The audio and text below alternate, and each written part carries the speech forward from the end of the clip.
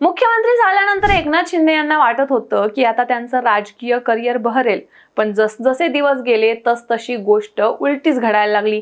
आताच सुरू झालेल्या चर्चांनुसार आता तर एकनाथ शिंदेंचं राजकारण संपतंय का अशा चर्चांनी सध्या जोर धरलाय। सत्ता स्थापनेपासूनच एकनाथ शिंदे आणि देवेंद्र फडणवीस यांच्यातील नाराजी नाट्य अवघ्या महाराष्ट्राने पाहिले। त्यानंतर देवेंद्र फडणवीस एकनाथ शिंदेंना डावलतायत, कामापुरता वापर करून आता राजकारणातून शिंदेंना संपवतायत अशा बऱ्याच चर्चा झाल्या। पण सांगायचं म्हणजे एकटे देवेंद्र फडणवीसच एकनाथ शिंदेंना मागे ओढतायत किंवा डावलतायत असं नाही, तर यामागं अजितदादा देखील खेळी करतायत अशा चर्चा आहेत। बरं, अजितदादांना नेमकं कोण ट्रेन करत असेल तर त्याचे काका म्हणजे शरद पवार। पण महत्त्वाचं म्हणजे शरद पवारांना एकनाथ शिंदेंचं राजकारण का संपवायचं असेल?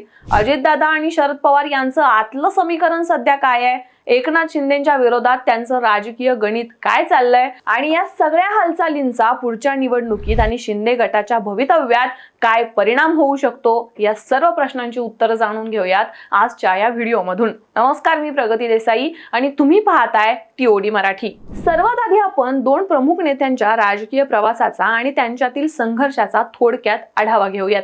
2019 मध्ये अजित पवार यांनी राष्ट्रवादी काँग्रेस पक्षातून बाहेर पडून भाजप सोबत सरकार स्थापन केलं होतं, पण त्यांचं सरकार अवघ्या 72 तासात कोसळलं। त्यानंतर 2023 मध्ये त्यांनी पुन्हा भाजप सोबत हातमिळवणी केली आणि उपमुख्यमंत्री म्हणून शपथ घेतली। या निर्णयामुळे राष्ट्रवादीमध्ये फूट पडली आणि शरद पवार गट आणि अजित पवार गट अशी विभागणी झाली। दुसरीकडे अजितदादांच्या आधीच एकनाथ शिंदे यांनी 2022 मध्ये शिवसेनेत बंड करून भाजप सोबत सरकार स्थापन केलं होतं। त्यामुळे आधीच शिवसेना उद्धव ठाकरे गट आणि शिवसेना एकनाथ शिंदे गट अशी विभागणी झालेली। पण अजितदादा शिंदे फडणवीस सरकारमध्ये आल्यानंतर शिंदेंच्या गटात कुठेतरी नाराजी निर्माण झाल्याचं चित्र दिसत होतं। अजित पवार एकनाथ शिंदे यांच्यातील संघर्ष सत्ता आणि प्रभावाच्या मुद्द्यावर आधारित आहे। अजित पवार यांनी उपमुख्यमंत्री पद स्वीकारल्यानंतर शिंदे गटातील काही नेत्यांनी नाराजी व्यक्त केलेली। गुलाबराव पाटील यांनी म्हटलं की जर अजित पवारांचा गट महायुतीत सामील झाला नसता तर शिवसेनेला 90 ते 100 जागा मिळाल्या असत्या। याशिवाय शिंदे गटातील काही नेत्यांनी अजित पवार यांच्या गटाच्या प्रवेशामुळे आपलं स्थान धोक्यात आल्याचं त्यांनी म्हटलं होतं। त्यांच्या मते अजित पवार यांच्या गटाच्या प्रवेशामुळे सत्ता वाटपात असंतोष निर्माण झाला आहे। पण काही दिवसातल्या घडामोडी पाहिल्या तर यात कुठेतरी तथ्य आहे असं पण वाटतंय, कारण पालकमंत्री पद असो, सत्ता स्थापन करण्याच्या वेळचं राजकारण असो किंवा मग निधी वाटप असो, महायुतीत तुलनेने शिंदेची ताकद जास्त असताना देखील अजितदादांच्या बाजूने झुकतं माप दिल्याचं जास्त करून दिसलं। त्यामुळे अजितदादा पडद्यामागून नक्कीच काहीतरी डाव टाकतायत आणि खेळी करतायत असं म्हणायला हरकत नाही।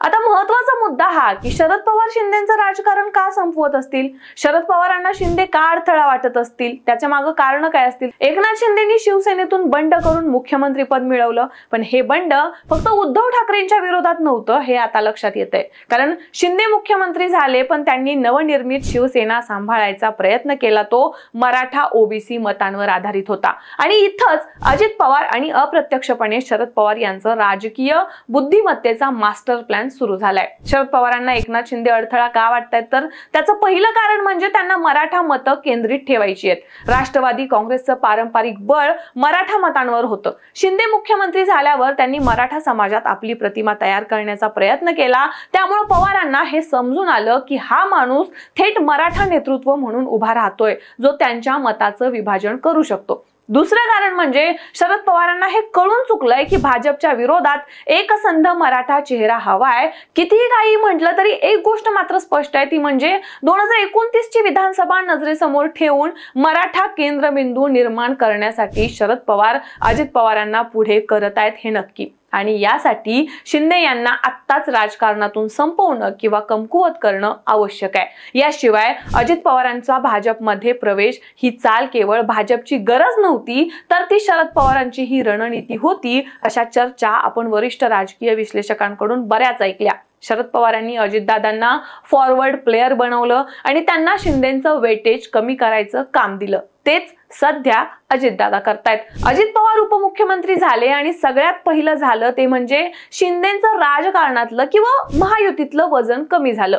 मंत्रिमंडळ विस्तारात शिंदे गटाला अपेक्षित ताकद नाही मिळाली, फाईल्स थेट अजित पवारांकडे जात आहेत, अनेक खासदार आणि आमदार नाराज आहेत, शिवाय त्यांचा कल फडणवीस आणि अजित पवारांकडे वाढलाय। राजकारणात एखाद्याला संपवण्यासाठी कधी कधी युद्ध नको, फक्त सावकाश गळफास पुरेसा असतो। शरद पवार आणि अजित पवार दोघांनी मिळून राजकीय गळफास तयार केलाय असं बोललं जातंय आणि हे शिंदेंना पण आता जाणवू लागले। पण महत्त्वाचं म्हणजे शिंदे गट भाजप सोबत राहतो का, की या सगळ्यामध्ये अजून एक राजकीय प्रखर नेतृत्व शिंदेंच्या रूपानं राज्याला मिळतं ते येत्या काळात समजेलच। सध्या तरी या सर्वावरून तुम्हाला काय वाटतं? शरद पवार शिंदे मुक्त महायुतीचा खेळ पूर्ण करतील का? यावर तुमचं मत आम्हाला कमेंट्स मध्ये नक्की सांगा आणि टीओडी मराठीला सबस्क्राइब करायला विसरू नका।